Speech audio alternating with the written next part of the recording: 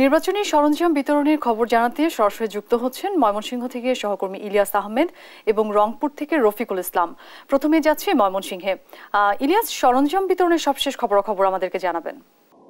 অরিম, আমি এখন রয়েছি ময়মনসিংহ নগরীর জিমনেশিয়াম প্রাঙ্গণে রয়েছি, অর্থাৎ আমার পেছনেই আপনি দেখতে পাচ্ছেন যে নির্বাচনী সরঞ্জামাদি তা কিন্তু প্রত্যেকটি কেন্দ্রে কেন্দ্রে বিতরণ করা হচ্ছে। অর্থাৎ এখান থেকে ময়মনসিংহ সদর উপজেলার 103টি কেন্দ্রে সরঞ্জামাদি সকাল থেকে বিতরণ করা হচ্ছে। এখনো পর্যন্ত বিতরণ কার্যক্রম অব্যাহত রয়েছে। আপনাকে একটু তথ্য দিয়ে রাখি, ময়মনসিংহ সদর, মুক্তাগাছা, গৌরীপুর এই 3টি উপজেলায় আগামীকাল ভোট গ্রহণ অনুষ্ঠিত হবে। অর্থাৎ সকাল 8টা থেকে ভোট গ্রহণ শুরু হয়ে বিরতিহীন ভাবে চলবে বিকাল 4টা পর্যন্ত। ব্যালটের মাধ্যমে কিন্তু এই 3টি উপজেলায় ভোট গ্রহণ অনুষ্ঠিত হবে।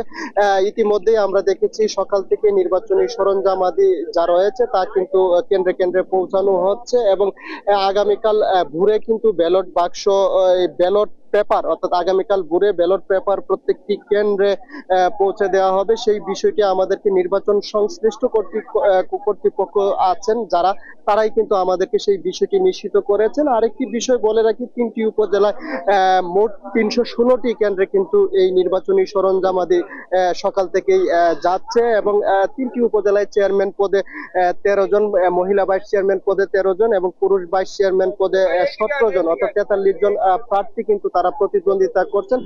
প্রার্থীরা কিন্তু বিগত সময়ে আমরা দেখেছি উৎসবমুখর পরিবেশের মধ্য দিয়ে প্রচার প্রচারণা কার্যক্রম তারা সম্পূর্ণ করেছেন এবং তারা বলছেন যে অবাধ, সুষ্ঠু, নিরপেক্ষ নির্বাচনের মধ্য দিয়ে তাদের যে জয় সেটি আসবে, কিন্তু সেই প্রত্যাশা প্রত্যেক প্রার্থী রেখেছেন এবং তারা বলছেন যে আগামীকাল সকাল 8টা থেকে বিকাল 4টা পর্যন্ত বিরতিহীন ভাবে যে ভোট গ্রহণ অনুষ্ঠিত হবে সেই ভোট গ্রহণ কিন্তু নিরপেক্ষ ভাবে অনুষ্ঠিত হবে, সেই বিষয়টি বলছিলেন। এই ছিল আমার কাছে ময়মনসিংহ থেকে নির্বাচনী সরঞ্জামাদি বিতরণ নিয়ে সর্বশেষ তথ্য। নির্বাচনী সরঞ্জাম পাঠানোর বিষয়ে বিস্তারিত জানাতে এবার যুক্ত হচ্ছেন কুমিল্লা থেকে সুমন কবির এবং লক্ষ্মীপুর থেকে সাইফুল ইসলাম স্বপন।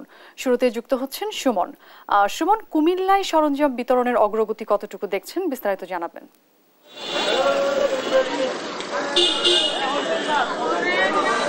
আসলে দেখেছি 2টা থেকে আসলে শুরুর কথা রয়েছে সরঞ্জাম বিতরণ। তবে আমি একটু জানি রাখি, কুমিল্লা আসলে সদর দক্ষিণ উপজেলা এবং যেটা বড় উপজেলা অনুষ্ঠিত হচ্ছে আগামীকাল নির্বাচন সকাল 8টা থেকে বিকাল 4টার মধ্যে ব্যালট পেপারের মাধ্যমে। তবে একটু জানি কি এখন বড়ি আবহাওয়ার কারণে একটু দেরি হচ্ছে। তবে আমি আপনাকে জানি রাখি, এখন যদি তথ্য দিতে চাই, তথ্য অনুযায়ী আসলে যারা যে আনসার কমান্ডার যে শাহিদুল ইসলামের সাথে একটু কথা বলবো। আসলে আপনার কতজন ফোর্স এবং আপনারা স্ট্যান্ডিং ফোর্স কত হিসেবে থাকতেছে? আমরা বাংলাদেশ আনসার ও গ্রাম প্রতিরক্ষা বাহিনীর পক্ষ থেকে কুমিল্লা জেলার সদর দক্ষিণ উপজেলা এবং বরুড়া উপজেলায় প্রতিটি ভোট কেন্দ্রে, সেটা বুথ অনুযায়ী 13 জন থেকে শুরু করে 16 জন করে, সদর দক্ষিণ উপজেলায় 761 জন আনসার ও বিডিপি সদস্য ভোট কেন্দ্রে এবং বরুড়া উপজেলায় 1929 জন, অর্থাৎ দুটি উপজেলায় মিলিয়ে আমরা 26 জন আনসার ও বিডিপি সদস্য ভোট কেন্দ্রে মোতায়েন করেছি।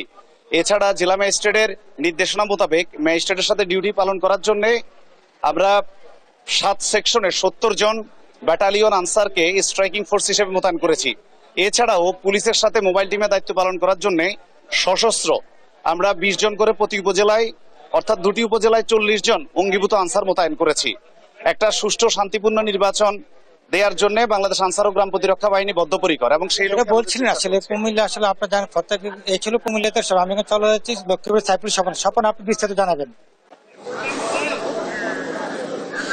সুমন, আপনি যেমনটি জানাচ্ছিলেন যে কুমিল্লা নির্বাচনী সরঞ্জাম বিতরণের খবর, আমরা এই মুহূর্তে আছি লক্ষ্মীপুরের রায়পুর উপজেলা। লক্ষ্মীপুরের দুটি উপজেলা নির্বাচন অনুষ্ঠিত হচ্ছে, রায়পুর ও রামগঞ্জ।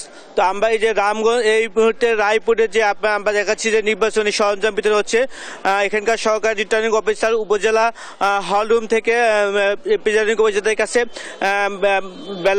ব্যালট বাক্স সহ অন্যান্য সরঞ্জাম বিতরণ করছেন এবং আগামীকাল ভোরবেলায় এখান থেকে ব্যালট পেপার বিতরণ করা হবে।